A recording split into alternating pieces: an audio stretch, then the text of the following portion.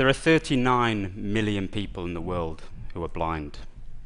80% of them are living in low-income countries such as Kenya, and the absolute majority do not need to be blind. They are blind from diseases that are either completely curable or preventable. Knowing this, with my young family we moved to Kenya. We secured equipment, funds, vehicles, we trained a team. We set up 100 clinics throughout the Great Rift Valley to try and understand a single question: why are people going blind, and what can we do? The challenges were great. When we got to where we were going, we set up our high-tech equipment. Power was rarely available. We'd have to run our equipment from petrol-powered generators. And then something occurred to me: there has to be an easier way, because it's the patients who are the most in need of access to eye care who are the least likely to get it. More people in Kenya and in sub-Saharan Africa have access to a mobile phone than they do clean running water. So we said, could we harness the power of mobile technology to deliver eye care in a new way? And so we developed Peak, a smartphone that enables community healthcare workers and empowers them to deliver eye care everywhere. We set about replacing traditional hospital equipment, which is bulky, expensive and fragile, with smartphone apps and hardware that make it possible to test anyone in any language and of any age. Here we have a demonstration of a 3-month-old having their vision accurately tested using an app and an eye tracker.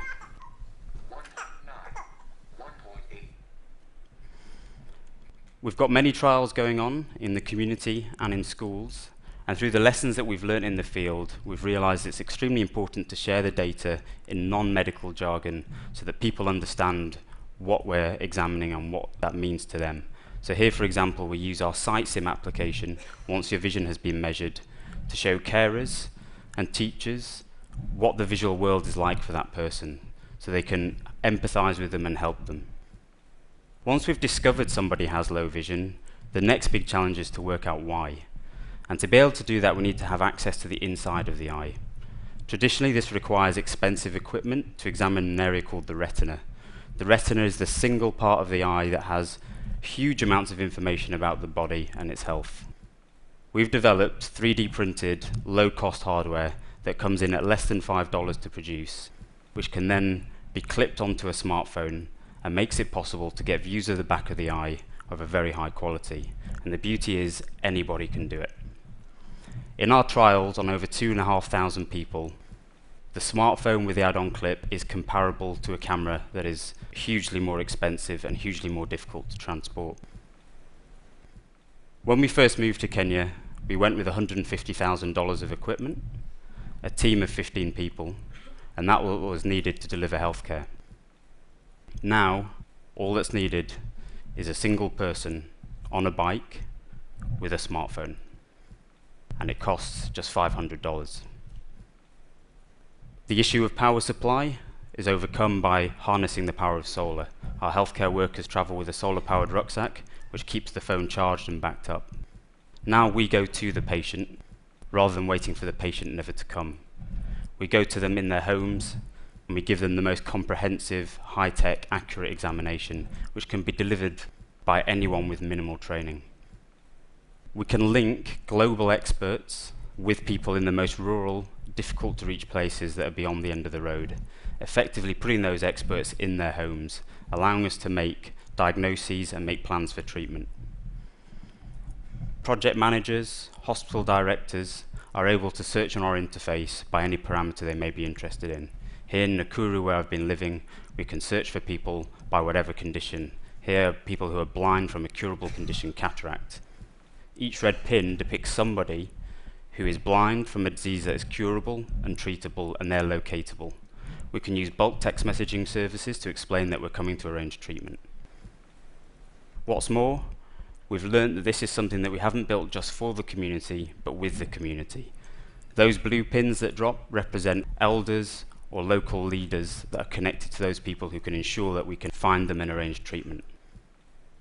So for patients like Mama Wangari, who've been blind for over 10 years and never seen her grandchildren, for less than $40 we can restore her eyesight. This is something that has to happen.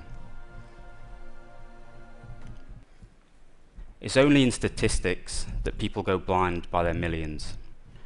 The reality is everyone goes blind on their own. But now, they might just be a text message away from help.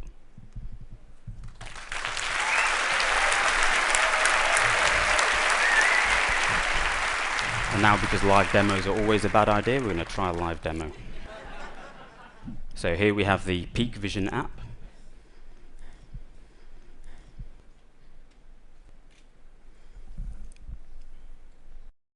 Okay, and what we're looking at here, this is Sam's optic nerve, which is a direct extension of her brain.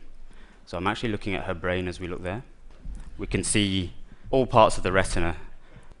It makes it possible to pick up diseases of the eye and of the body that would not be possible without access to the eye. And that clip-on device can be manufactured for just a few dollars, and people can be cured of blindness. And I think it says a lot about us as a human race if we've developed cures and we don't deliver them, but now we can. Thank you.